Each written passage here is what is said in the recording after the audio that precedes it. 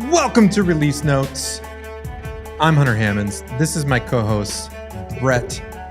Tommy Gioco, who sadly tripped and fell in San Francisco. I'm not going to say that he fell into the bay, but he did trip and fall. So he's going to Brett, you got to take his responsibility. Can Happy you do to. it? Are you ready to talk all things AI, design, craft, technology, nonsense for the next hour and 20 minutes? My voice may not sound as beautiful as Tommy's, but in my hair, nowhere close. I'm disappointed I didn't have a stone statue of me on that countdown, though. You know what? I probably one of should. those up. Maybe you can teach us how to do that today, or I can teach us how to do that today, I suppose, since I also know how. You're the guy for it. Yeah, don't you think it's kind of unfair that Tommy shows up and he's just he has that radio DJ presenter voice, and then he has good hair. I think we should beat him up. That's where I'm going with this. We should. I was not blessed in either of those categories, but happy to be here. Dude, happy to have you. We're going to put you through the gauntlet today talking about a lot of interesting stuff. So, rundown for today's show. OpenAI acquires Windsurf for a supposed $3 billion. What does that mean? Brett, I think you've got some pretty fancy generative artwork stuff to show us today. We're basically going to get a live version of one of your Twitter threads on how to generate some cool stuff.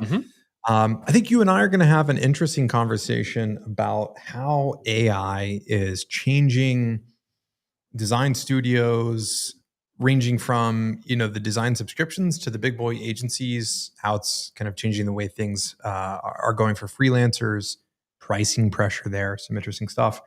And then we're going to dive into some topics. Fiverr CEO says AI is coming for all of our jobs. And we have some interesting jobs data on tech hiring. Let's go ahead and start there real fast, because this to me is pretty interesting, and I want to know if you've seen this. So our boy Levels, tech hiring is dead. I saw this, and it's not coming back, I think. Yeah, look at this. So this is a job report from the Fed. So what we're seeing here is that tech hiring really peaks during COVID, right? Top of COVID, everybody's getting insane salaries, and it has just absolutely crashed. And it's still kind of trending downwards even today in terms of software development jobs. I think this is a trend that's going nowhere. I think we're going to continue to see these crash. Interestingly, though, the hiring for designers does mirror this a little bit, but it's not as steep as a fall off, which I think is pretty interesting. What are your takes on this, man? Are you seeing kind of similar stuff happen with people in your network? I mean, I feel like this has been happening for a while.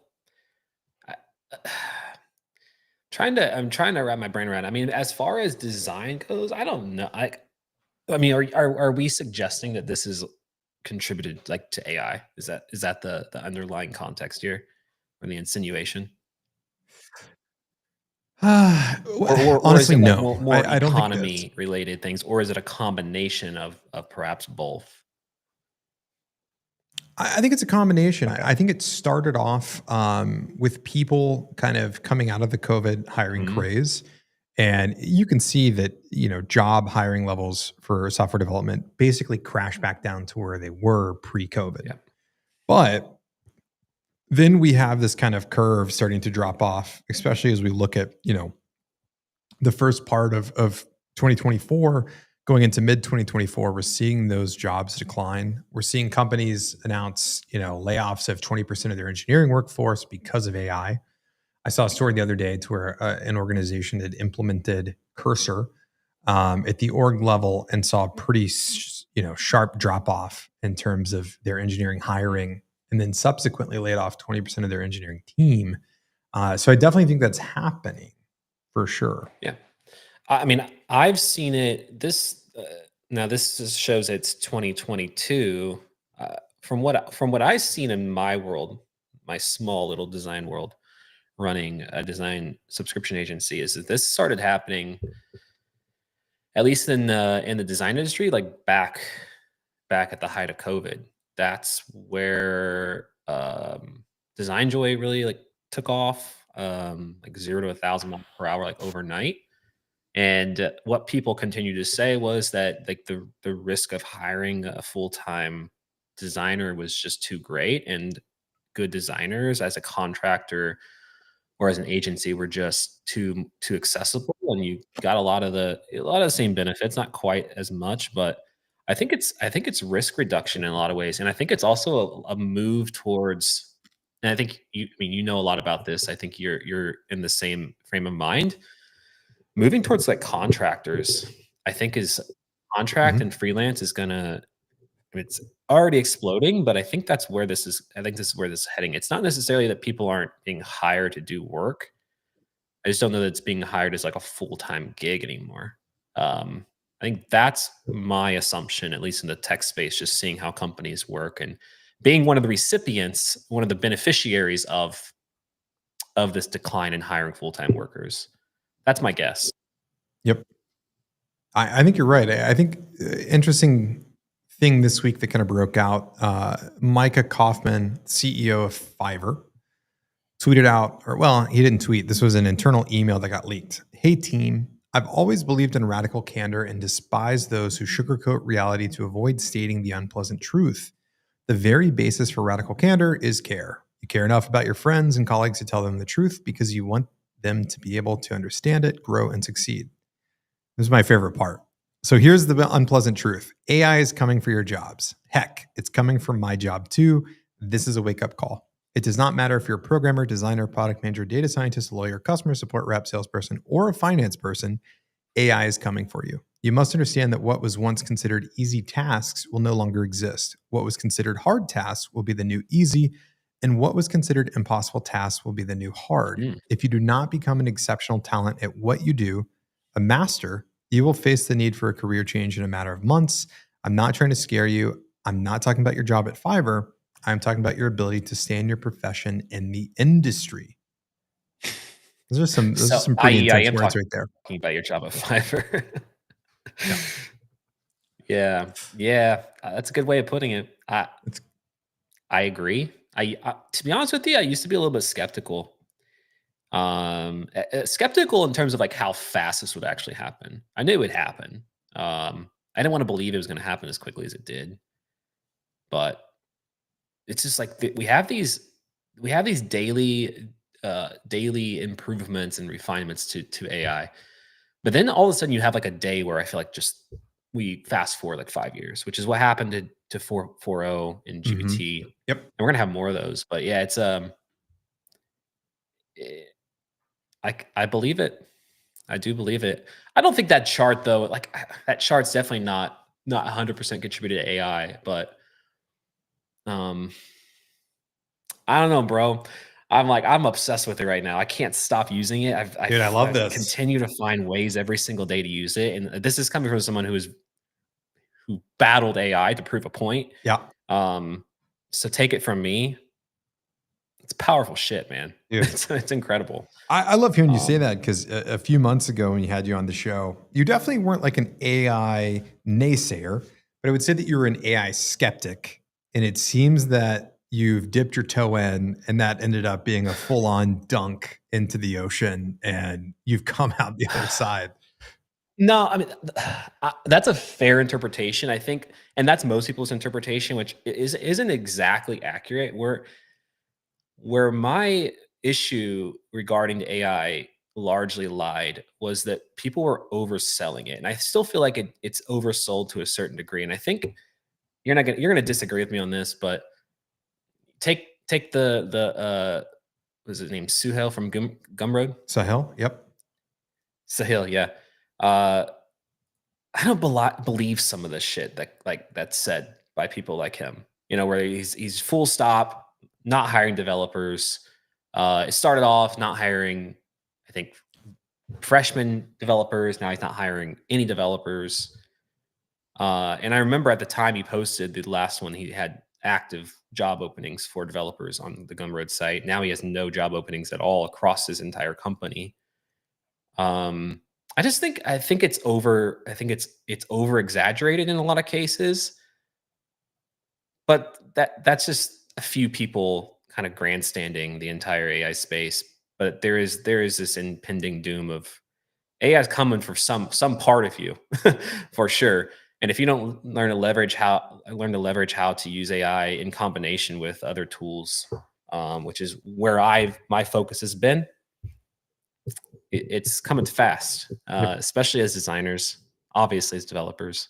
Yep. But Yeah, yeah, it's a I think it's a crazy thing because I know Sahil. I do believe what he says, but the undercurrent there is that they went and open sourced all of their technology. And so what he's saying is not like yeah, I'm not hiring engineers because I don't need them, but because I don't have to hire them anymore because if you want to help us, you can just contribute to our open source projects, right? So his situation is a little bit different. I think if he hadn't open source things like Gumroad, for example, yeah, he'd still have to be hiring senior engineers, staff yeah, engineers, is what he was talking about. But even like at Off Menu, for example, the way that we approach hiring engineers is very different, right?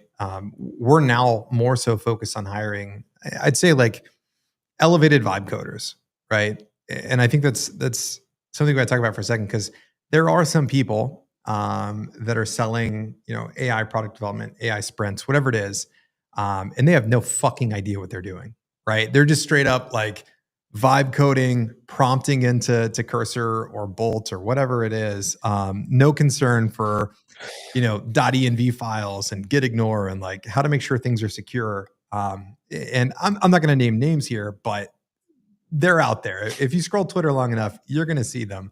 And so I think that there is going to be this interesting buildup of companies trying to like get MVP sprints or get product development done for really cheap, and it's going to bite them in the ass because of endless things like no unit tests, security issues, API yep, keys get leaked. It's a dangerous world. It's a slippery slope. yep. All those things. But for designers, man, like we use AI on almost every project that we touch now. And it's I not do that, too. yeah, exactly. It's not that AI does any design for us. It's that we have an idea and our ability to execute on that idea. And it's grandiose. I do love what the Fiverr CEO said, to where he said, uh, hard is the new easy, impossible is the new hard. Right. And I so like that. Yeah, yeah, we'll have ideas where it's like, that's impossible. Like for us to pull that off would be expensive. It would take a week just in Photoshop or After Effects. Not anymore, man. With AI, it's like, we can probably do that in an afternoon, right? And so it hmm, elevates the push of what we can do. I mean, case in point, we just shipped the new Today in Design yesterday. Have you seen it? I hope you've seen it. I hope you love looks it. dope. Thank you, Yep, thank you. Um, absolutely. it took us 2 hours to design that whole fucking brand, everything. I And we, believe it. and we explored everywhere. It took us 2 hours to design the brand, and to design and build the newsletter was another couple of hours. Like that whole thing was turned around from a It's how it Thursday. should be. Yeah, it was turned around from like, hey, Thursday, we've had this on the to-do list. Are we going to do this? To, yep, we've shipped it Monday. And the response has been crazy. And that's us shipping something to over 30,000 inboxes in the course of like 2 business days. Full Yeah, rebrand, full relaunch, content strategy, everything. And AI helps and us it looks do great. all of that. Thank you, thank you, thank you. If you haven't Yeah. subscribed, go to today and .design and subscribe. We're gonna have a new site soon, but go subscribe. The newsletter is kick ass. Um, dude, I love it, man. I'm curious, how are you seeing your work that you've been kind of demoing on Twitter, all the generative AI stuff you've been doing? How are you seeing that roll over into your actual client work? I mean, this is not. I just got done talking about people grandstanding and exaggerating. This is not really an exaggeration, although it may sounds like it. I probably spend equally, if not more, time in AI tools than I do in Figma now. I mean, Figma is ultimately the executor of the work at the end of the day, but just the sheer number of hours I spend, just like honestly, like I don't really work afternoons and nights anymore, but like because this all this AI shit, like I'm just obsessed with it. I'm spending more time like generating supporting like assets for my designs in Figma than I am just in Figma anymore. And this is a shift that just happened in the last 2 months. But I'm in a similar position where AI pretty much touches, I would say, the majority of projects that I work on at Designjoy, whether it's landing pages, product design work, um, especially branding. Yeah. Branding is like the big one where AI is a freaking powerhouse when it comes to that. Um, yeah, I mean, it's like it's an integral part of my day to day design work. Like full stop. It's unlocked a number of services that were previously excluded from being offered at Designjoy, Mhm. um, like 3D graphics or custom illustration work or any of that sort of stuff that I would normally have to turn people away. I now have full confidence in being able to execute. So it's completely changed the game, and just from it's also just made it much more fun. You know, design was getting kind of stale, so it kind of arrived just on time. But yeah, it's completely turned the table like upside down in my agency, and just the level of work that I'm able to output, the speed at which, and just what I'm able to actually sell and offer to clients. Do you think it's So purely allowed you to level up some of the existing work you were doing, or do you also think that it's allowed you to expand your capacity? it hasn't allowed me to expand my capacity in terms of taking on client work. Mhm. Like the number of clients that I work hasn't really changed, but what I'm able to actually execute has definitely changed. Like I've given this example of like I had this cool mobile app, and they like record stories with AI to kind of pass down to future generations, and they needed a bunch of illustrations to signify all these milestones, whether it's like an anniversary or a wedding or a birthday or a new job or you're moving across the country, and they needed these like continuous lined illustrations made. And I'm like, I would never be able to do that. I'm not an artist in that way. I don't draw. Definitely don't do continuous line illustration work, but like just one shot each illustration back to back to back to back to back. Pick my style that I wanted, use a reference image, told it to just replicate it in this color, vectorized it, boom, boom, boom. Um, so just little things like that here and there, just scattered throughout the day that I would normally like scratch my head at and like get stressed out. I'm like, how do I execute this? That's the problem is like off menu, you guys have resources, right? Mhm. Like you have probably a plethora of folks that you can point to that do these things, right? Like especially as a solo designer running a pretty big agency, like admitting that you have limits is oftentimes really tough. Yep. So this has pretty much gotten rid of most limits when it comes to what I can and can't do. Dude, So I love that. Are you gonna show it to us? You're gonna take us on a tour of some of the latest and greatest, yeah, I generative can stuff you've I been up can to? yeah, I mean it's like I discover new ways of doing things all the time, and it's funny enough, it's like using AI to learn those things. So I can show you like one thing that I did this morning. You want me to share my screen? Yeah, man, let's do it. While So you'll you walk through like a real world example here of like, let's see here. while you pull that up, I'm gonna cover some chat stuff real quick. Let's see what we have Yeah. here. Excited for Brett's AI design, some amazing work on generative AI recently. Yep, shout out there. Shout out Japanese gradients. Kyle Xantos config. That's where Tommy is. If you say so, I don't really believe it, Kyle. And also, Kyle, word get back to me. I saw your Discord messages. I heard your complaints about microphone audio. You know what? Is there a new Roadcast Duo sitting on my desk? Maybe. Adrian Tuna, I have arrived. Ando McCall says this is a solid convo. What's going on? Let's see. Yeah, people expecting AI to fix the gap. I think it has. Ando McCall, what's the domain for the newsletter? Todayin.design. Victoria says, hey guys. Hey Victoria, what's going on? Victoria, shout out. I saw your work. We're probably going to feature you in Today in Design soon. You got some good stuff. Ethan Driscoll, Brett is presented by Bolt.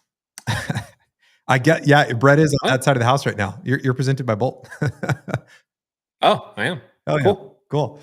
All right, dude. Show us what you got, man. I'm excited to. Yeah, so I mean, for context, right? Like, I posted this when was it? A few days ago. Just basically showing my process for how I generate these things. This isn't a like Brett came up with this process. I mean, several people are doing this. The Perplexity team most famously follows a very similar workflow to create a lot of the cool stuff that you see out there. But just for context, like we're gonna go through something like this, but this got a little bit of like a little bit of flack for how many tools I use here. I use I think 7 tools to create this one image, which I could sit there and justify it all day long and what I did, but it's not really worth the conversation. Um, but let's just do something here. So I'll end up posting this on kind of to kill two birds with one stone. Posting this on X later, but kind of have the idea to I want to do something that's like you ever seen this is such engagement bait, but you ever seen like the tap to load the 4K, Yeah, of course. like whole long press? Yep. So I wanted to create something like that, but attach a tutorial to it on how to actually achieve something. Dude, Not only making something cool, but upscaling it, all that good stuff. this is sick and So twisted. I already see where you're going, and I love it. Let's do it. yeah, um, let's see. So I don't write my own prompts. I'm not a prompt writer. I'm not really not a writer at all. I can't think of all the little details to add. So I just like spitball something to ChatGPT and have it write a prompt back to me. So in this particular case, I want to generate, and it's going to be very perplexity ish. Um, an image of a human figure standing in a field of sparkling rainbow lights. The rainbow lights is like the thing that's gonna pop when it comes to upscale, and then want to be kind of surreal. Oh, light beams. How do you spell that? Just flip the Light H and the beams, T. dreamy, mystical, Mystical. Yeah. This is very J.J. Abrams. I like where we're headed. And for folks that can't see, iridescent. this is ChatGPT 4.0 using the new image model. Yes. And it'll say, can you make me a prompt? Yep. Boom. It's going to spit out something here that's way better than anything I could write. So a solitary figure standing in the vast open field filled with sparkling rainbow lights, beams of iridescent light cascading in the sky, surreal and ethereal atmosphere, dreamlike, mystical ambiance, foggy haze with soft glows surrounding the figure, delicate shimmering particles floating in the air, cinematic lighting, fantasy art style, ultra high resolution. So I'm going to take this. It's a good start. Over to Midjourney. And I already have a reference image set up in here. It is this guy right here. And where are you So my finding? workflow is I'll go on Pinterest Yep. or let me see if I can zoom in here so you can see it on stream. This is it. I'll usually Pinterest is like I spend so much damn time in Pinterest. Also, the Midjourney homepage is sick for grabbing style references. I think it's just better. Midjourney and ChatGPT both understand images better than prompts. I think in regards to just style and aesthetic. So, but using the two together is where it just bangs Where it out. shines. Yeah. So I have this I have this reference image uploaded here. So I will go ahead and set it as a style reference. Plug in my prompt over here. I like to do right now. I'm like on a portrait kick. So keep it portrait. Now, there's a number of steps that I can take here. First off, like what I like to do, I don't like to set any sort of style parameters or the new EXP parameter. I just let it like just cook and see what it comes up with. So do that. Okay, cool. And Now, so, while that's working out, I'll go ahead. well, I was going to say, it's interesting to me that you have ChatGPT write the prompt that you then said to Midjourney. I think a lot of people forget how powerful large language models actually are for prompting themselves. One of my favorite things, I have an O1 Pro thread that I call Prompt General. What I did is I fed in context of how best an LLM should be prompted. And so I have that as context for everything. And then I'll go in and I'll say, hey, I need you to be a CTO, or I need you to be my strategic advisor, or whatever it is. Create a prompt that enables you to do whatever. And there's some other hacks you can throw in there of ways that you can't get it to bypass its limitations, but you can get it to like skirt the edge of them as closely as possible. Yeah. And you'll get amazing prompts back. And I use them. I use them for everything. It's great. Yeah, you use AI probably, especially ChatGPT, much more complex than I do. I don't have any. I don't like in Midjourney. I don't really use personalization. Mm, Haven't really trained anything. I just kind of use the out of the box model. So usually while this is generating, I'm up here and there's this new, I don't even know what it's called, the EXP. It's a mhm, value of 0 to 100. I think the higher the number, the more artistic it gets. So I'll just like generally, while these are generating, I'll just go like EXP 40, EXP 100, just to get a good like range of different options. And if I like one, then I can continue to use that prompt and continue to do this. So these are going to be generating. Um, One cool thing that I like to do is let's say, well, 1 second, let's let these finish here. It's going to take just a second. yeah. So the EXP just stands for experimental. It's just Experimental. yeah. Yeah. It's a way to get a lot of their new aesthetics and detail features out. Yep.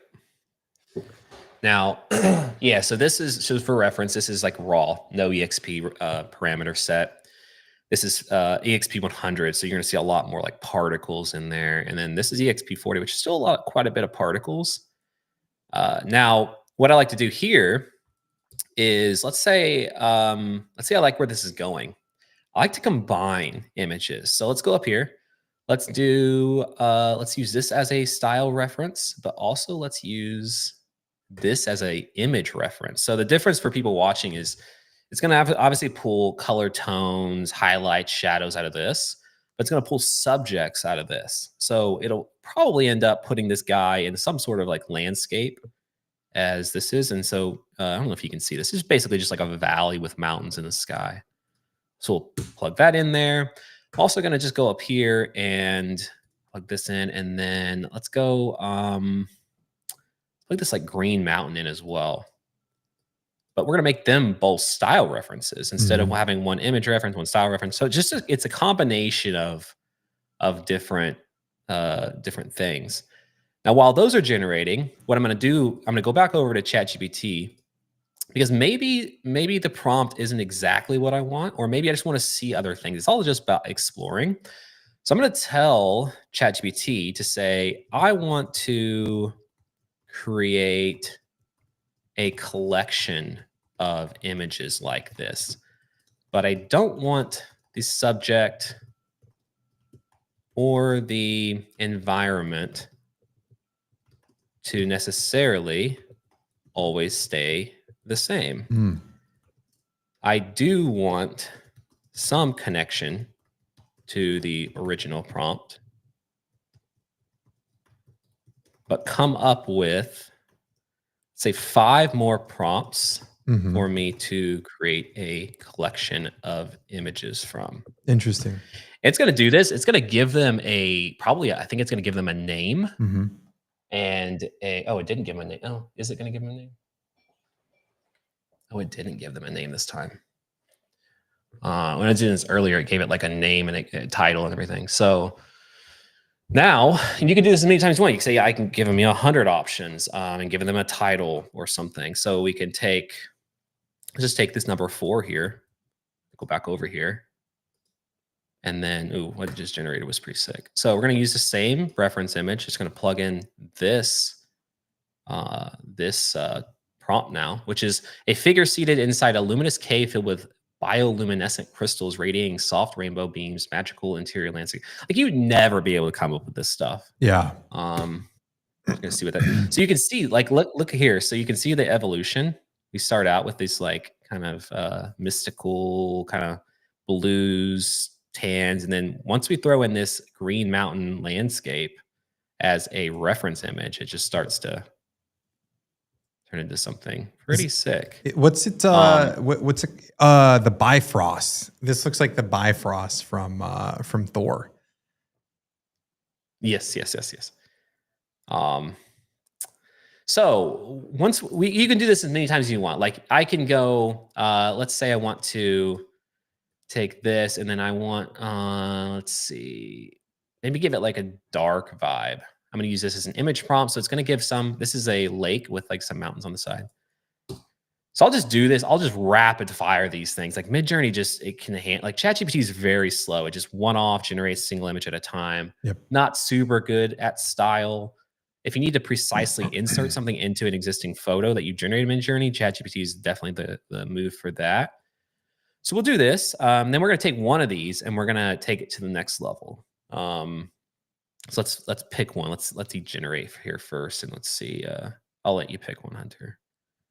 I'm thinking let's go with So again, like think like 4K, like you want some particles to kind of. yeah. It's not going to come through on stream, unfortunately, but I'm kind of vibing with I like where we're at with the top left, and then I like where we are with the this bottom one, row third image. Yeah. Top. bottom row, third image. This one, Yeah. That one's pretty sick. yep, that one's pretty sick. Let's go. Or the one to the right of the top left, actually. Top row, second item. Right, is kind of cool. This one with the guy with the figure sitting there. Yeah, that could be epic. Let's do that. So we'll download these. Now, and then again, like some of these would be actually be like this one upscale would be sick as well. But yeah, so we'll go. You have two options. Well, a few options here. So in my tutorial, going back to this, you always want to upscale these because Midjourney is not great. If you start to zoom in on some of these details, it just kind of gets blurry and lost. And a normal like upscaler, it isn't going to create new pixels. It's just gonna kind of sharpen the pixels that are already there. It doesn't have a mind of its own. Yep. So there are tools out there like Leonardo is one that I use in this one, and I use Leonardo because it's cheaper, honestly. But you can only get to 2x. But for this, we want to really make it like 4K, 6K. So we're gonna go over to Magnific and to their Magic Upscaler. You can see this is some. I did that Warren Buffett one yesterday. We're gonna just upload it here, this one, and then we'll do 4x. And what this is going to do is it's actually going to you can definitely like move the creativity scale to give it some like creative leverage to add pixels and elements and that sort of thing in. I like to just kind of keep it standard, but there's all kinds of different presets. If you're doing anything cinematic, Leonardo is great because it has a cinematic preset, which is why I used it on this image here. Yeah, this image right here. Yeah. So just upload this. Set it to 4K. It's going to take a little bit. Yep. It takes, especially at 4K, it's going to take a little while. But you can kind of see how it's all kind of just remixing. Like if you can. The great thing is you can do a combination of just about anything. Like if I wanted to combine these two, like say I wanted here, but I like this crystal shape. Boom.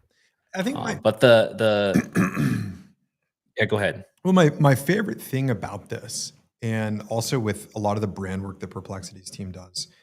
And I don't say this to discount anything, but really we're just remixing images from AI tools, right? And so it isn't that we're getting in here and creating this artwork from scratch.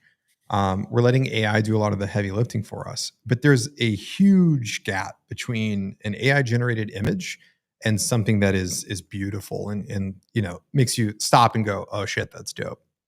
And I think that what we're seeing here in real time truly is the gap of taste, not skill, right? It is solving the taste gap, saying, hey, anybody can use these tools really easily, but how do you actually take these tools, apply taste, and find something that's really, really stand out from an art perspective? And I think that's what you're kind of demoing in real time, which is super neat.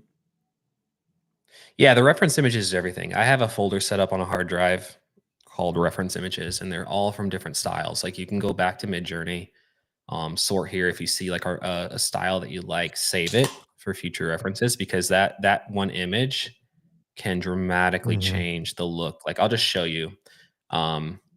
So if we do a different style image, let's do like this like cowboy that I generated in here. use as a style reference and just see what it comes up with. Now this, let me see if I can pull this up here. This is the image. So we'll see what it comes up with. But yeah, it's all about experimenting. Like I said, you can move so fast in these platforms, and it's just mixing and matching. And like you'll find a combination that's just like spot on with what you want just Yeah. by just throwing things together. And you can just see you Dude, see how it kind of like if you look at this image here. yep. I need you to send me that Well, let me. cowboy reference image. We're doing a cowboy conference room in the HQ. One of our conference rooms is just going to be Oh yeah, all cowboy. It's going to be pretty sick. that's So awesome. yeah, That's sick. Now these right here are very perplexity. Like it's got yeah, that like artistic style to it. Um, I don't know what this is, but yeah, just by change, it's not you're not doing anything necessarily groundbreaking. It's definitely picking out. It's a combination of picking out the right style images, which is comes down to some level of taste, and having ChatGPT write the prompts for you. hmm, So let's say, like for example, if I want to go back here and I want to say, let's take the original prompt. I can't spell and let's add a headlamp ooh, to the subject, I like where you're headed. and the light is coming out of the headlamp. All right, so let's see what it comes up with here.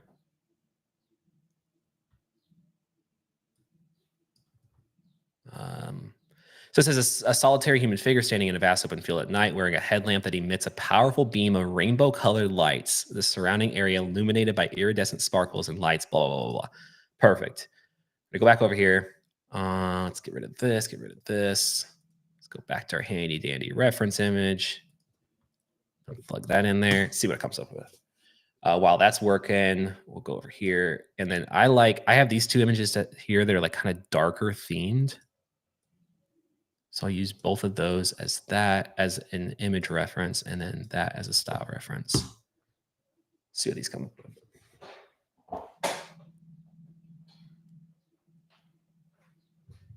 Yeah, I mean, it's Yeah, like you're really doing like 10% of the work. yeah, Like yeah. ChatGPT and Midjourney are doing the other 90%. It's just you have to have a glimmer of an idea, I and mean, ChatGPT can take that and expand upon it yeah, it's into something sick. it's the definition of art direction, right? Like that's what's happening Mhm. here.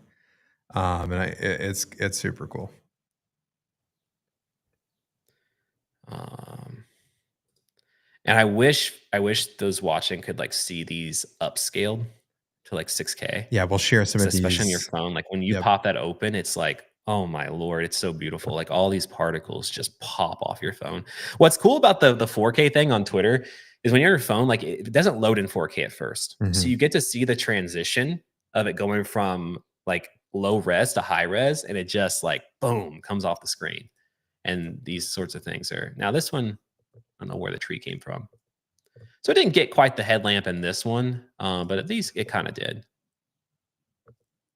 So, and you could be like, add mountains to the back or whatever. Yeah, You yeah. add the moon to the background. And you can see how you can just go wild with these things. Oh, let's check mag. Let's check this out. So yeah, it's not gonna come through in the stream. How do I zoom in on this? So Z plus the wheel. Mhm. Yeah, this looks super cool. Yeah, so you can see when that probably comes through, right? Yeah, I'm getting it pretty well here. Let me actually go ahead and hide us. We'll just look Yeah. at the spotlight. I mean, the details See here are these particles up crazy. here. Yeah. Yeah. And there's details that weren't really there. Oh, for the most part, it's adhering to it, but it's like, look at these trees. Yeah, this Let me looks zoom in great. even more. Mhm. It's like blurry and then boom. It's crazy. And some of these, like the perplexity stuff, like sometimes I'll even skip the upscaling because that raw kind of low res look actually works really well for perplexity. Mhm. But anything like cinematic, this just adds that extra just like sparkle to it that takes it to the next level. Like look at that ground over here. Yeah, the details is rich, man. And it's not coming through anywhere near as it is on my XDR display, but, um, yeah. XDR? I didn't realize you were so fancy. Just recently, Okay. just recently. It All took right. me several years. Did you go nano or no Yeah. nano? No, I hate the Nano. I don't like the darkened look. Oh, dude, we could not be further apart on that. I'm nano everything. No, but you don't do that much design work, right? So No, if I I didn't don't. do that much design work, Are you saying I'm not all a for the designer, man. Brett? Is that what's happening here? You You trying to say you're call me not a out? designer. Wow, dude. You said I it, feel not attacked. me.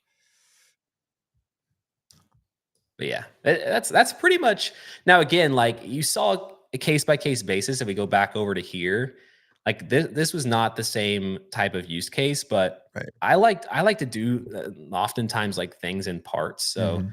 in this case, like I like to like hyper focus on each individual part of the image and kind of direct them together. So like in this case, I did the landscape first, and I told ChatGPT I found a picture of a building that I liked and said insert this building into this landscape. And I do that because like it could generate an image that I like the landscape of, but don't really like the building. And then ChatGPT is not always the best at like at swapping out Yep. the objects. So I like to just like nail each part individually and then come back in and put them either together using ChatGPT or sometimes I'll even use Photoshop or whatever, Yeah. you know. Um, but in this case, like we just did something a little bit more like surreal and abstract, so it wasn't really necessary. So where do we take this now? So Um, we've upscaled and magnific. We got a dope image. Where are we going now? well, if it were me, I would actually step by step break this out on X. And it's really, I think the main thing takeaway here, and I hadn't even thought to do this before, was the whole like collection piece, right? Like Mm. it's that like what un under deserved kind of like part of this whole thing was like, yeah, it's fun to stay on this one prompt, but I couldn't think of other prompts that are like semi related to it, but like also still is connected in some way. So using ChatGPT to kind of just like come back with additional prompts where it keeps some connection to the original one, but exploring other different, different things. Like each of these will take you in a totally new direction. Um, so just boom. It's just so damn easy.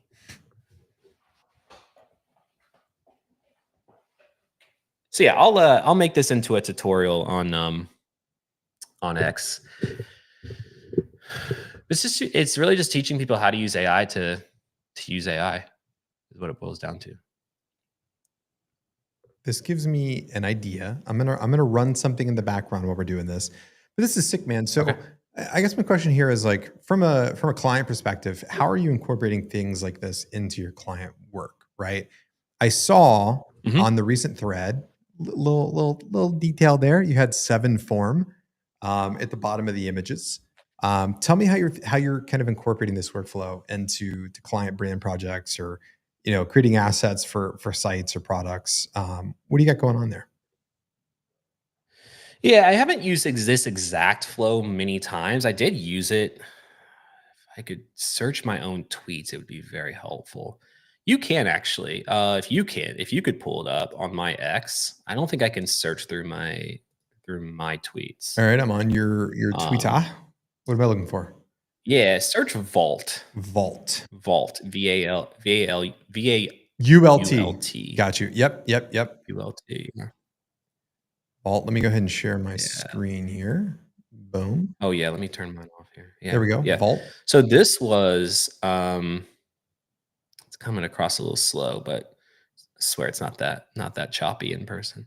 But yeah, I use this workflow for that. So I generated this field of flowers using a reference image from an artist called Nice Bleed. Yep. Creates sick like astronaut posters for anybody's an art fan. Got nailed the landscape, found a picture of a crate, told ChatGPT, or no, this was actually mid journey. I didn't even have ChatGPT at this time to be able to do this because 4.0 was not out. I told Midjourney to insert a similar looking crate into it, nailed it. Like it looks like it's natural. Threw it into Kling AI, added motion to it. Again, that motion's not coming through here, but so I use that workflow there. But in other terms, like, I mean, I use AI, for example, like I was telling this story on the stream the other day about this little like mascot character that came across Designjoy's kind of requests, and they needed a 3D version of it, but it was like 32 pixels wide. It was super pixelated. Normally I wouldn't do 3D work nor mascot design, but like threw it into ChatGPT, even though there was no hardly any pixel data there for it to actually pull from, and it just nailed it. I wish I could pull it up. I don't think I could find it right now. Um, but yeah, I mean, I use it. I use it all the time. I use it for backgrounds. I use it for images, for gradients. Have you populated I your mean, you house name it. with AI artwork yet? Not yet. I haven't even thought about doing that actually. Dude, That that'd would be be cool. that'd be a lot of fun. No, I spent it's a lot of experience. It's just a lot of playing around. Like 90% of what I do in AI right now is playing around, not really for client work. Um, Like if I'm doing like for example, if I'm doing like a brand project and you like to slap the logo on a fancy background and stuff like that, like almost all of that is exclusively AI generated now. The logo itself is not. We're not there quite there yet with AI to generate logos. I wish we were, and I know we'll get there. Um, but you can see here, like if you can pull this up. Let me share my screen. No, you have to enable that, I I got you. believe. Yep. Yeah, so like I was working on some like cool like this was for a brand for an AI company brand, just some cool backgrounds um for for their brand. And then yeah, so continuing to kind of play that out here, end up using some of these after I upscale them stuff. So yeah, and you can see this is where I generated those dark graphics, but I'm into it. oh, yeah, it's all the fun side of design, like all the backgrounds and just different stylistic directions and images and things like that that support what you're already doing in Figma that Yeah. just really enhance it. Yep. I don't know what I did before AI, to be honest with you. Like I don't know how I did what I did without AI. Dude, It seems boring as hell at I this love point. the journey that you've been on with AI. It's kind of cracking me up just how much you've evolved your own creative process by tapping into some of these tools and really just like I think being open to exploring all the different ways that you can do this, and then obviously using distribution as your leverage to share that, and using AI as your next way to like ride the hype cycle for virality on Twitter. You're crushing it there. Thank you. Appreciate that. It's been fun. I want to I want to do something a little different real quick though. I got something I've been playing with in the background here. I'm letting it load for Okay. 1 second. And we're gonna see something a little bit. But you inspired me. All right, obligatory. Here we go. Ad roll. I want to show you something in Bolt real quick. I was playing with. I was like, you know what would be cool? I know Midjourney has this a little bit, but something I think would be neat is if there was a like basically a hand curated guide of all of the AI artwork that people are creating. You can kind of upvote it and then you can just copy the prompt really instantly. That would be cool. Just Okay. ways to kind of like click a little deeper and see how people are doing stuff. So I hopped in Bolt real fast. I'm gonna share my screen now. Dude, I love how easy this is. So I hopped in Bolt and I just threw out a couple prompts real quick. And I said, give me an AI image gallery. If I hover, let me copy the prompts. Let's blur out the image when I do it, whatever it is. So we got this here. We got a few, basic images. I think it's pulling from Unsplash or something here. Let's put our design hat on. How would we evolve this design? Like, where do you think we should go next? You art direct me, and I will drive us in Bolt. I mean, fix that widow at the top for one, Hunter. Hey, come on, come on. Good lord. Yeah, all right. Look fine. Jeez. All right, so let's do this. I mean, Let's can we does Midjourney have can we plug into the API with this? to Midjourney's API. Yeah, we Yes. could. Yeah. You'd have to at some point, right? Yeah, we would need to do a couple of things. So I think we could do some design stuff first, but yeah, we could plug into Midjourney's API pretty easily. Okay. Art direct though. Let's reduce the padding to 6 pixels in between that grid. A lot of too much breathing room All there. right. Reduce the padding between images to 6 pixels. Add a corner radius of 4 pixels. Let's do that. How about that? All right. So we'll just let it run its thing real quick. I think it'd be cool if well, let's not do any like crazy type work right now, but it'd be sick to me if this was a little bit more Cosmos like, to where Mhm. the text, kind of the intro to the site, was centered and then the images wrapped around it. That'd be a little cool. Oh, Yes, I see. hello. Hello. All right. We got some more images here. I like where we're going. We need to update our masonry grid here.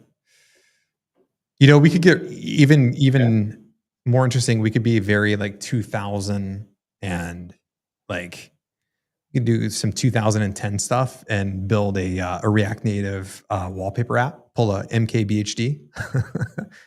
There you go. There we go. All right, all right. So here we go. Something. I think this text feels big to me. Reduce the Which text text? I can't see size it. when hovering. The hover state. Oh, okay, okay. Let's just do that. Yeah. See, this font feels a little large. Hover over it again. Yeah. Mm. I think we need to drop that size down. So it's got some tags there. Okay, You think we need like it. tags? Do you think we should drop those? Um, if I were using the site, what I like to use Midjourney for, like the search page, is actually searching by keyword.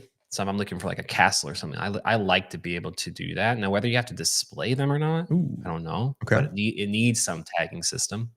Okay. So we want the tag. Let's see if I don't we know. I don't can. know that you have to display the tags. I don't know if there's any real value there. Okay. I like that. So let's um, move the H1 text section into the middle of the page and wrap the images around it. Let's see if it can do this. That's a pretty rudimentary prompt for something complex. Let's see how far we get here. H1 text section into the middle of the page and wrap the images around it. Yeah, there's a lot of ways to interpret that. Yep, yep. We're gonna see. We're gonna keep it easy. Now you notice that I got a little dark mode, light mode switch up here for us. Oh, here we go. Where at? Okay, okay. Oh, I see. Okay, okay. All right, we're getting there. We're getting there. All right, all right. Now, can you make them, let's see, what could we do? Is it done? Yeah, Okay. have them orbit around the text section. All right. Let's do something a little different here. What do you think would be the best way to do this? All right. We'll run that out there real quick. Let's see what it does. See if we can get it to wrap a little bit. Now, what we could do, if we wanted to get crazy, we would just select our little pointer guy up here and we would go into each image and say, hey, this is image type 1, image type 2, image type 3. I want them to be generally, X, Y, and Z size. And it would allow us to wrap things a little bit. All right. So it kind of misinterpreted me. Help you create an orbiting effect around the centered text section by adjusting the layout, adding some animation. Okay. Increase the gap. I think that's not quite what we want, but we do have a little bit of parallax in here now, which is cool. Whoa, sticky. What just happened there? It's doing some mouse magnetism. Let's go back. Can you do like, would it work? Could you say on hover, like dither, add a dithering Ooh, effect to the image? Could it do that? we could try. Hold on, let's see. Hold on, I'm going to go back to where we can work on the images more easily. Okay, so you just reverted back Yep, I right just there. undid. Yep, Okay. you add a dithering effect to the images on hover. I don't know if it can. I don't know Not what. that you would necessarily want this in real life, but You just want to see if we can do it, which I'm all for. Mhm. Adding a dithering effect, creating a custom See CSS how it would class, do it. update the tailwind config. not done yet. We gotta let it do its thing.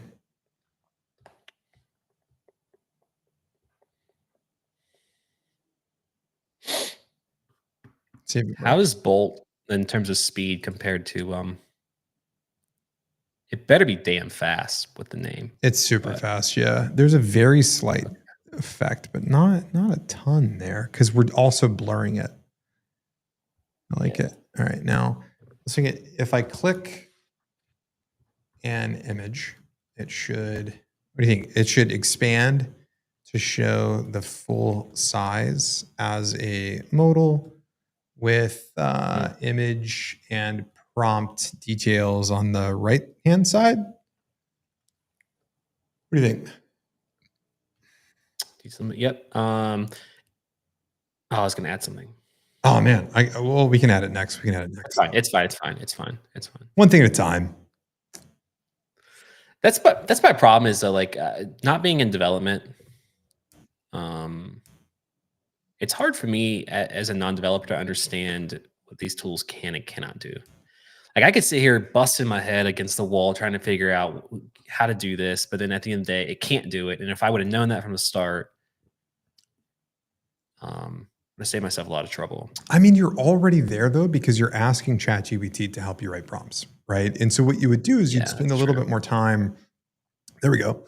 You'd spend a little bit more time of asking, hey, what's the best technical solution for me to do this? Hmm. Or this is what I'm trying to Yeah, achieve. Can you talk me through how might I might achieve it? Things like that.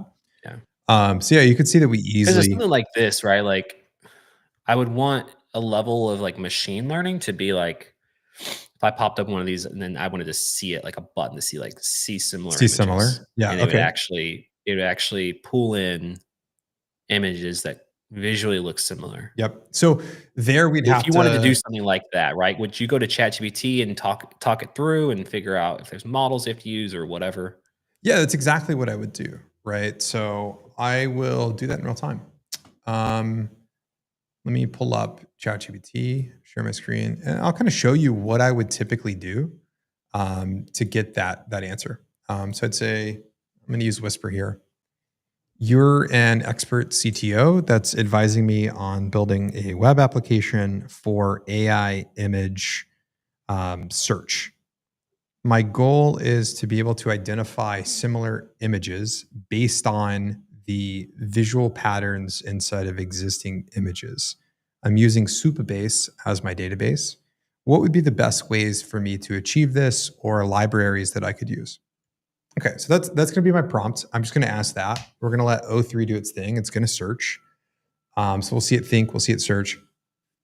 And essentially, what I would do is I would use O3 or O1 or whatever as my kind of advisor, my CTO, my technical consultant. And I first Mhm. try and get an understanding myself of like, how does this work? How do I achieve this effect? Or, how does this work Okay. from a library standpoint? Whatever it is. And then I would take that knowledge and say, okay, great. Here is my opinion now. So you've kind of given me the basics. I'm going to go ahead and curate what I want. So I'm going to say, okay, let's use this, tech stack. Let's use this language, this database, whatever it is. These are my choices. Give me a technical implementation plan, right? And I'd go through that step by step on how exactly to do that. Um, and that honestly is just the game changer. That's the best way to kind of go about this stuff. So extract an embedding for every image. So essentially, this is the vector embedding. Store it in Supabase with PG vector, which is built in. And the cool thing is, Supabase integrates directly into Bolt, so I could do this pretty easily. It says create an index on the vector column. Again, Bolt could do that for me. Query with X, Y, and Z, and then pick an encoder, things like this. So I would literally just take these instructions and I would try and understand them as best I could. If I had specific questions, I would just ask. I'd say, "Hey, I don't know what this is. Explain this to me." Whatever it is. And pretty quickly, within the span of like 15 minutes, I'd go from knowing nothing about this to having some understanding of what it is and some idea of how I'm going to go and implement that. Right. And then, especially if I'm using a tool like Bolt, I'm going to be able to lean on that to help drive a lot of the harder work for me. Whereas if I was in something like Windsurf, I'm going to have to do a lot more of that on my own. I'm going to have opinions about like what the app directory structure is and all those Yeah. little details. I mean, it's crazy what you can do with these tools if you just remember that like you need to fucking learn something first. You can't have the tool do everything. You got to ask, you got to educate yourself, and then you can apply that pretty quickly. Yeah. But do you agree though, like at a certain point, I think you feel about product AI as similar as I do design AI, where it's like we both our worlds have been just blown open, right? Um, and I think you see the light on my end. I don't quite see the light on your end, especially when it comes to all right, we have something that works functionally, right? Mhm. How do we get it to look like we want it to look like? And I think that's where, if correct me if I'm wrong, but that's kind of the pivot point of like, okay, at a certain point, you're gonna have to bring in a developer to do this for you. We have the base code done for the most part. Now we need to look pretty, right? And that's where I struggle with these tools like Bolt and like all of them at this point in time. And that's not really the. I don't think it's necessarily where the focus has been. Um, Yeah. but that's where I would struggle. Like it would So just be simpler for me to do something in Figma and send it to a developer and say, hey, here's something I built in Bolt. Just make it look like this. yeah, so I actually think that there is there is some truth to what you're saying, but it's actually pretty easy to overcome that. Let me show you real quick. I'll just do this in real time. So I'm going to go into Figma real quick.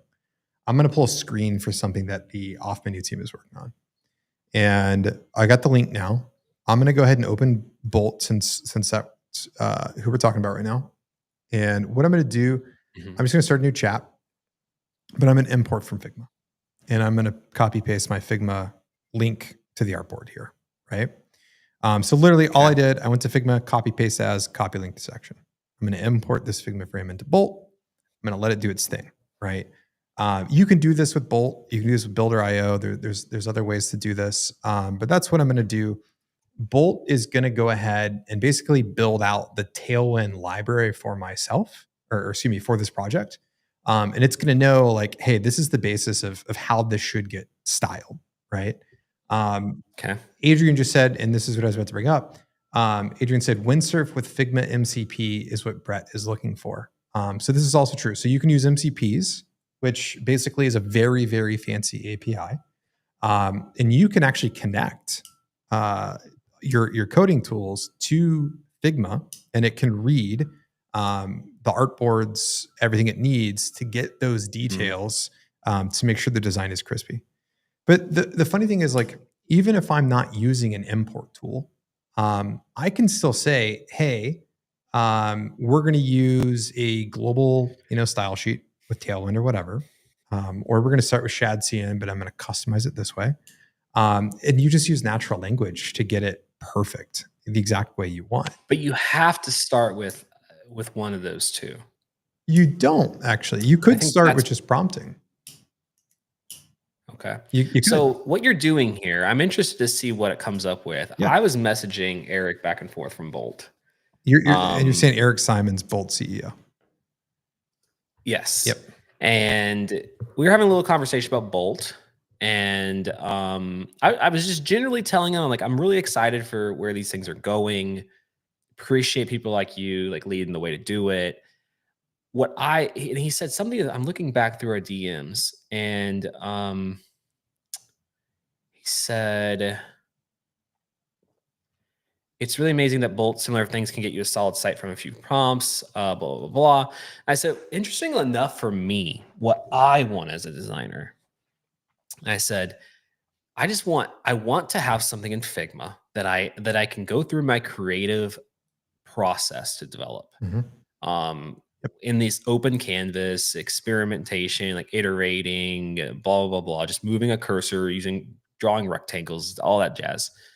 Because that's the way that I like to create things. I don't like to just create things with prompts. Yep. Um, I want to be able to take that, and it sounds simple in theory. I want to be able to take that, plug that into Bolt, and it get me like 95% there. Yep. What I did, and I told them, I said, I took a landing page that I had. It was a fairly simple landing page in Figma. I created a bowl account, gave it the URL, and it generated, I'd say, like 25% of it. Uh, Interesting. Okay. I just want a solution where, and maybe we'll get there. The magic button that Dan Petty says all the time. It's like the magic button. The magic button you just push, and it takes what you have in Figma, understands the context of it, it actually generates a one-to-one copy of it. Is what I want as a designer. I don't wanna start with prompts. Yeah. You know what I Yeah. mean? I'm not interested in that. It's not the way that I work, and I don't think that's the way that things should be designed every time. So I feel like the functionality is there. You're using it now. I used it. It's just not there yet enough to like actually utilize and like not have to have some sort of fixing things. Like it didn't bring in the hero section or any of the images. Got some slider components wrong. Like all these little things I was gonna have to go back and try to be like, no, make it look like this, and it just wasn't getting me there. I would love to see more focus on like that part, at least for the designers, because again, the core functionality exists. It's just not quite as fine tuned enough to use it yet, in Yeah. my opinion. I have some thoughts on that. First, I'm going to pull this up and show you. So here's our Figma import. So Okay. it basically grabbed everything. There's some finer details that we would obviously tweak, right? Like this spacing, for example, like that's not actually how it is. Little details. But you can see that it mainly pulled everything up, even It's not bad. our selectors, ways that I can take action on these things.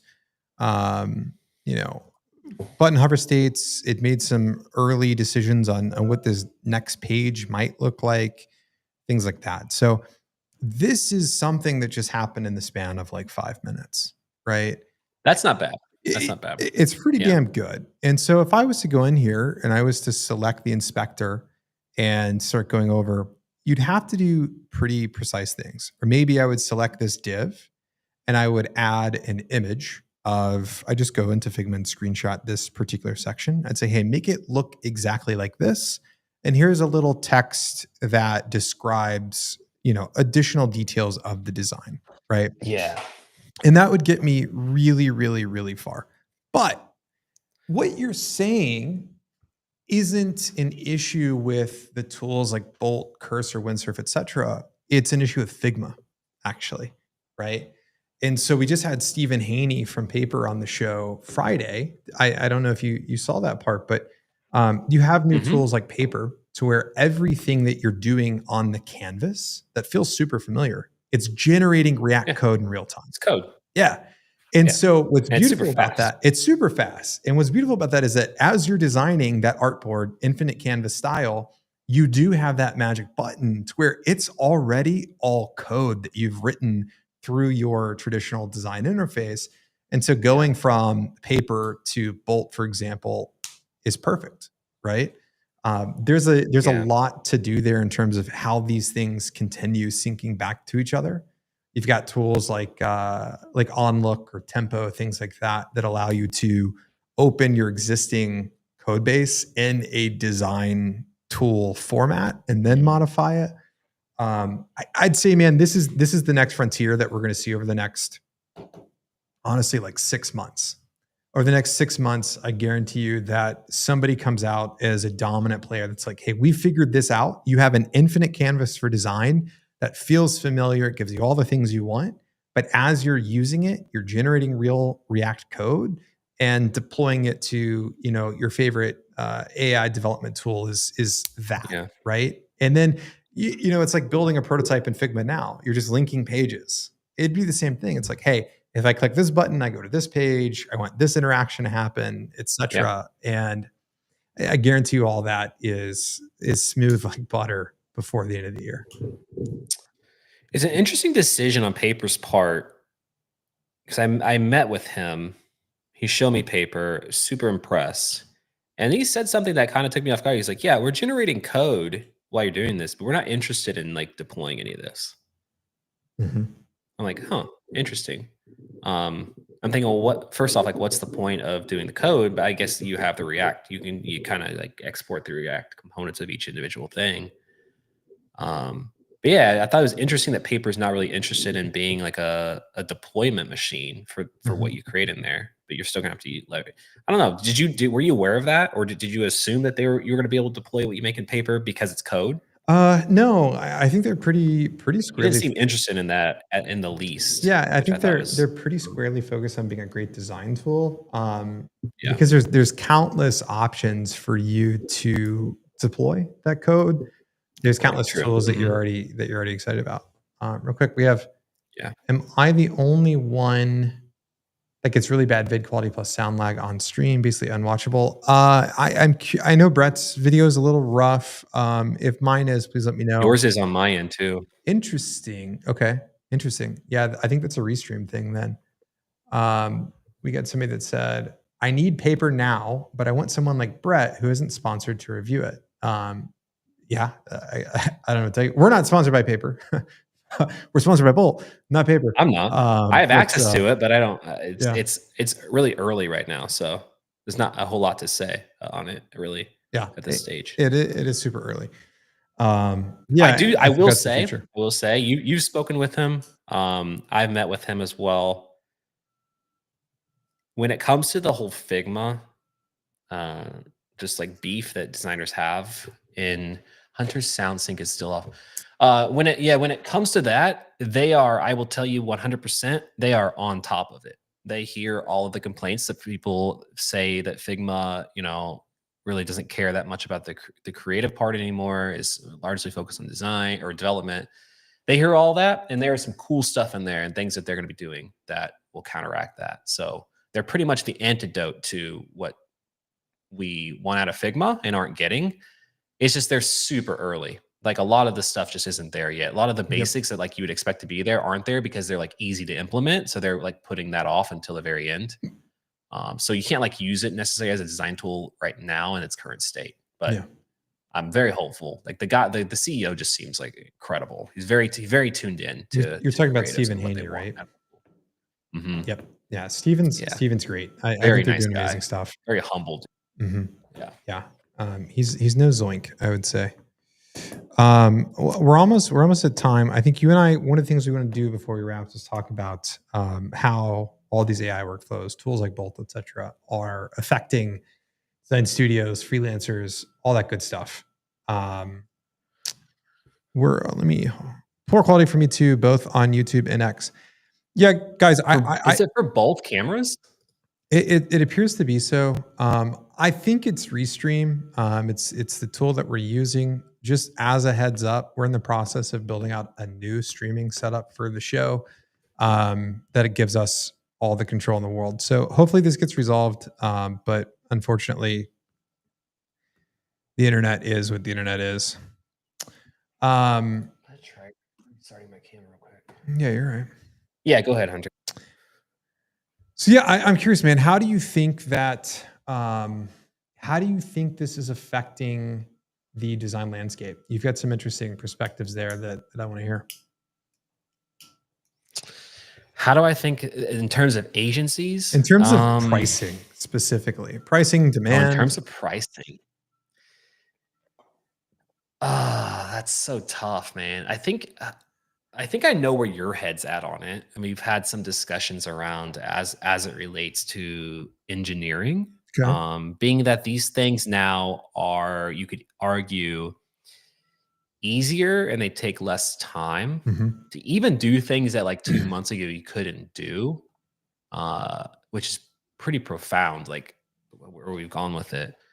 I could definitely see a world where price is obviously reduced dramatically Yep. to tap into some of these things. I still think there's going to exist, as there always will, this like upper echelon of creatives and engineers that like have like we're entering. What the weird thing is, like we're going to be entering into a world where if you're coming up as a designer or engineer now, like your pathway to learning these skills looks so different than mine and Hunter's did. umpteen years ago, however many it was. And you're not like it's not a good thing. I don't think you're not going to understand and learn all like the basics of some of these things, right? Like how to fix these bugs that you're encountering in Lovable. Like if you just started developing and you only know Lovable or Bold, like you're going to lack some of that knowledge that's going to help you take these things to the next level. And I think that there's going to be this like weird. I think there's going to be this weird time where you're going to have these upper echelon of people that know how to use all these tools and combine them in such ways that you can produce just Yeah. extraordinary results that you can't just one shot in Mid Journey or Chapatis or whatever the tool is of the day. And I think those people will be high earners. Those agencies that can leverage all these things together, very high earners. But they're it's going to be commoditized to a point where it's like we've Yeah. never seen before. And I think it's only inevitable once things start to take less time and there's less, I hate the word craft or skill involved. It's almost inevitable that the Yep. price is reduced for I such agree. things. I'm trying to figure out a way to not fall into that trap because I think it's going to hit several agencies and it kind of already is to a certain degree. I feel like Um, where you're priced but yeah, is not to give you too much. I'm Yeah, pretty you're cheap, you're really. pretty expensive, but not to give you too much credit. I think that a year from now, you're going to look pretty good in terms of where you've always been priced. I think that that's going to hold true. Mhm. Yeah. Obviously, I think what Twitter forgets is that all of these agencies are nothing, right? Like off menus, a healthy business does really good revenue. Designjoy is whatever. We're tiny. We mean nothing. What Very tiny. matters is the Yeah. Accentures, the McKinseys, the Deloittes, the BCGs, et cetera. And what we're already seeing is that, Accenture, for example, so for those that don't know, world's largest consulting firm, I think they have 600,000 employees roughly. We're going to see that number shrink. Yeah, Holy we're going to crap. see that number shrink big time because the Oh, consulting 100%. model was built on hours. Like, hey, I pay this person, let's call it $210,000 a year. I expect that they're going to bill out $1 million a year, and my margin is like 4x, or maybe it's a little less, but that's generally the way it works. And so you're selling, hourly rates to customers. And that doesn't work anymore because the time it used to take to do something now has been cut by massive factors. It might take an accounting or like an Mhm. auditor at Deloitte that's, yeah, I don't know, working with Boeing. It might take that auditor 15 hours to do something simple 2 years ago, but now we can do it in 2 hours. So do they charge the same rate? So Brett, you know what Accenture has started doing?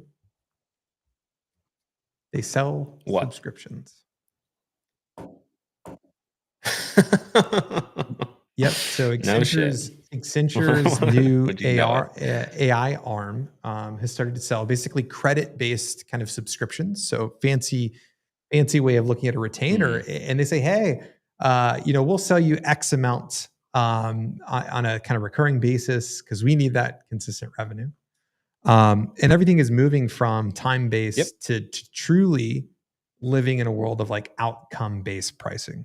And it used to be that if you're an agency, I'm a I'm a big fan of fan. that, It though. used to be that if you were doing outcome based pricing, you were doing something innovative, right? I know you guys have beef, so I'll bring him up. But Nick Pattison, for example, primary studio, 20, I think it's 20 grand, I don't have beef whatever, with him. 20, 25 grand. Yeah, internet beef. 20, 25,000 for a brand and X amount of time. I don't know if it's a week or 2 weeks. Um, and that's an outcome, right? Very clear. You're paying X for Y. And that was innovative, but now it's just going to be the default. Like if you're not selling an outcome that's giving customers something, significant and concrete to latch onto in terms of the price, then what are we talking Yeah. about? And I think the downside, back to our point about hiring, okay, you said something great earlier, which is that you think everything's going to freelancers and contractors. Well, Brett, let me ask you this. If there are tons of freelancers flooding the market, tons of contractors flooding the market, They're individuals. They don't have the overhead of a business. They're going to charge less. And because they can be just as fast and just as good as an agency with AI, well, guess what happens to that agency? They have got to pivot to match that pricing. And that's why I think that Designjoy's pricing, I think off menus pricing, I think where we're at, while it feels a little painful sometimes, like, am I really just charging for this? I think it's actually going to be a net positive long term. Yeah, I'm screw like counting hours and stuff. I have no. That's why I made Designjoy 8 years ago or whenever it was. Hated work for an agency. Hated counting hours. It was like as an agency, I remember. Hope they're not watching, but I remember like we had retainers for clients, and they're paying a certain dollar amount per month, and they got a certain number of hours. Like we would literally like just sit around being like, what can we do? Like, how can Yep. we run up these hours? Like, how can we meet Yep. this threshold? And it like was rarely anything meaningful, right? Clients don't see that sort of stuff. They're like, a lot of them are just aloof to it. But I think like what Nick Pattinson's doing with what's it called? Primary Studio. I think, yeah, you're gonna start seeing that a lot more, and that's a different business model than Designjoy because Designjoy is like ongoing. But I think that the cash cow nowadays are these one-off projects, specifically in the branding space, and I say that because we are entering an era where there's going to be such an avalanche of new businesses just popping up, especially once you give it a year, like let the bolts of the world levels kind of just continue to reform, um, allowing pretty much anyone to build a business like tomorrow, and they're all going to need branding. Like I will say like that's going to be the mode, the differentiator, the what's going to set you apart from everybody else. Like everyone's going to have the same technology, and the same this skill's not really a factor anymore. It's like it's all going to come down to branding and how you position yourself and how you market, and do you Yep. have distribution? Like those are the things that's going to like separate those that are successful with those that aren't, even though the product may do the exact same thing. um but yeah, I think what Nick's doing, what we're doing at Design Joint off menu, especially from a price standpoint, I still feel like you could do a lot cheaper than Nick's doing, but he does good work, so I get it. I'll leave it at that. All Yeah. right. Fair enough. I'll leave it at that. I have some plans to compete with Nick in some ways, but it's gonna be a little bit different This than what is he's seven doing. form, but you're not going to I've tell us had about it. this is seven form. It's something I've been throwing around for. I bought the Brandjoy domain Okay. 4 years ago. So that's been something I've been throwing around in my head for a long, long time. Are you going to give us any It's kind of details, any yeah. leaks? I've told you in text. I said it's essentially like taking the Designjoy model, because what Designjoy really did, if you want to think about it, is like it just made design Yeah. instantly accessible, like to the point where like yeah, you had Fiverr, which could get you a logo in 24 hours, but I'm kind of excluding that from the conversation. Like really true high quality senior level like design work in a 48-hour period. So seven form will essentially again take that same idea, but like bring it to the absolute edge of quickness, of Yep. affordability, of just flexibility, and is going to be like take it to the most extreme form. Cool. So there is what Nick's doing. It will have similar aspects to it, but there's a hell of a lot more that's going to happen in the process, the way the whole thing's going to go. Um, how much you're gonna have to pay for it, how quickly you're gonna get it. It's gonna be taken to So the is absolute seven form max. $7? Um, Is it it's $7,000? not $7, Is but it it seven? is possibly. I came up with seven form from Oh, did ChatGPT you? actually, by the way. I ChatGPT. I came up with Yeah, because I release was notes like, from hey, I want. ChatGPT. I figured. You No, figured. release notes You is dope figured. actually. No, I mean, I figured in the sense that like, who isn't naming their business with Oh yeah, yeah, ChatGPT yeah. these days? But no, I literally fed ChatGPT. I said, I'm going to, here's the base minimum. I want to transform brands in 7 days. And it was like, boom, 7 form. Like, got it. So that's the name. But it might even be quicker than that. So I might have to Five change the form, name. We'll see. five head, Five five form, two head. form, one one Yeah. one one form. Why work Yeah, with other zero form. branding I don't know. agencies when you can hire Same day five brand. head? Max branding IQ. It's just dude, like they're like Nick is working with some top tier people, like people that really have they have money, right? They're not hurting for cash. But that's not most companies. Like most companies, like everybody needs a brand, but they don't want to spend $25,000 on a logo, and like some We slides in Figma. typically end up charging Um, off menu typically ends up charging 45 to 60,000 for brand and then like full storytelling. So brand. but when you say brand, what does that mean? Because that's probably much different than what I classify as brand under the Designjoy umbrella. So What do you yes, get you for get a that? lot. Yeah. So usually it's going to be like a 3 or 4 month engagement, depending on what it is, right? But I'll use like Okay. Bolt or not Bolt. Jesus. Actually, Eric, let's talk about that. We can spruce up Bolt's logo. Um, so Ditto, for example, we'll work with a lot of companies that come to us somewhere between their Series A and their Series like B or something, and they'll say, "Hey, Mhm. like we've got the brand, Yep. we like it, but we're ready for the big time now. And what can you do?" And so we'll Yep. do a brand refresh. So basically, we'll take the spirit of a brand and we'll completely redesign everything, brand guidelines, usage, sites, everything. Or we're doing it from scratch for a company that doesn't quite yet have a brand. So it's either or. So I mean, pretty traditional branding. Okay. When Mhm. I say brand, I mean like logo typography, Yeah, colors, patterns, yeah, iconography, um, uh, photography direction if there is some like yep, illustration style, like the bare basics, right? You can obviously take that and go to the ends of the earth with storytelling and all that sort of stuff. I don't touch that sort of stuff. You wanna know how much what it equates to in sure. my world? If you have, like I work with similar people as you. They pre-exist Designjoy. They have something, and they just wanna kinda take it to the next level because they've raised a bunch of money or whatever. It's the next evolution of their business. Um, what would you guess that it works out on average in Designjoy to get, like, a visual uplift to your logo, to your typography, to your What do you mean colors, like works that sort of out? stuff? Like cost?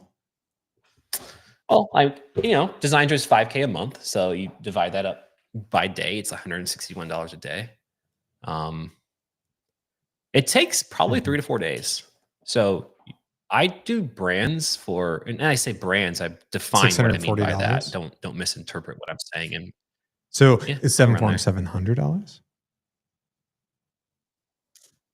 Oh, I'm not All right, going all right. As no, I'd dude, I'm say, not as I'd say, no, I'm not gonna be in the cost hundreds of plus. dollars. No, no, no, I will say it'll be significantly cheaper than Primary Okay. Studio. Because it doesn't take me that long. It takes me maybe like I can spin up a decent brand in maybe 45 minutes to an hour as like a good starting point, especially now with AI. So if I want to turn around and charge, let's say 5K for that, 5K an hour, Dude, I'll I do it for love that. I love how You know? much people's heads Um, explode when you say that you do brands in an hour. It's something that will never cease to amaze me because yes, you can do a brand in an hour. It is possible. That doesn't mean everybody should do it, but you can do it. it does not. It does not. It doesn't mean, and again, it all comes down to defining what that actually is because people like to just again, like, it's kind of like it's if someone were to come to you, Hunter, and be like, "I want a brand guide." Well, it's like the first question I ask is like, "Well, a brand guide could be 5 slides. It could be a Yep. thousand slides, depending Yep. on what you want in it." But yeah, brand to me is just defining like the visual kind of foundation of what that looks like. So logos, colors, typography, icons, that sort of stuff. Takes me about an hour, and then if they can have changes, great. Like we can continue to iterate on it. But yeah, it works out to be $600 or $700 on average. Some of them get them in 2 days, and they're like happy with it, and we're on to Yep. the next project. So it's like Yep. less than $400. So to me, to come out with like a 7 form and charge like 5K for that, that's a good deal for Yep. me. actually. Because I'm making significantly more because that's what I make in an entire month. In an entire month, I might be doing the brand, I might be doing a website, I might be doing web development on that site. So for me to just charge that same amount just for a brand that I can just crank out in no time is like super Yeah, attractive to makes me, sense to me, man. I get it. Um, I'm excited to see what you do but with it. You've been hyping it up. I hope you don't let us down and we see something really, really cool come out. I will not let you down. There are some very the way that it's going to be presented and sold will make some All waves. right, I'll tell you that cool. I'll much. take it. Well, dude, this has been great. Maybe not quite as big as We'll Designjoy, but we'll maybe, see. We'll maybe see. so. Dude, I Mhm. appreciate you coming to We'll co-host see. while Tommy's out. It's been a good one, man. I love the Tuesday episodes, just hanging out, just chatting. It's always fun. For everybody that's new Same. here, release notes will be back Friday at 12 p.m. Central. Regularly scheduled program. Tommy, the actual co-host, will be back. Brett is a friend of the show. Brett's here often though. So please come hang out with us. Always good to see you, man. I'm excited to clip out your AI art tutorial and get that out there in the world so people can run with it. Hopefully, it came, through pretty clear I on hope our end, so. so it We'll might have been see. blurry as hell. Cool. Alright, yeah, I All right, appreciate you man. having Thanks me for on, of coming by. See you, everybody. Bye. course. Bye.